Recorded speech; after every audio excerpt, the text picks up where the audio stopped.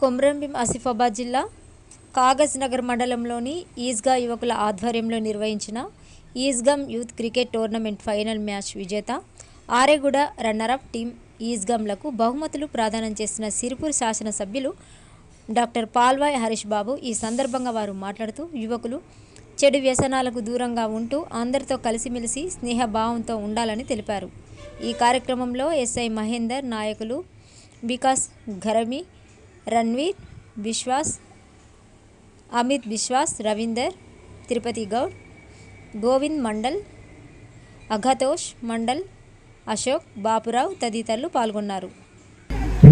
అవకాశం ఉంది. ఇక్కడ అడిషనల్ సబ్స్టేషన్ నిర్మాణం కోసం కూడా సిఎండి గారితో ఉన్నా కానీ ఇక్కడ లా అండ్ ఆర్డర్ పర్యవేక్షించడానికి ఎస్ఐ గారు రాజకీయంగా కానీ లేదా స్థానికంగా ఏమైనా ఇబ్బందులు ఉంటే పరిష్కరించడానికి మేము ఎప్పుడు సిద్ధంగా ఉన్నాం.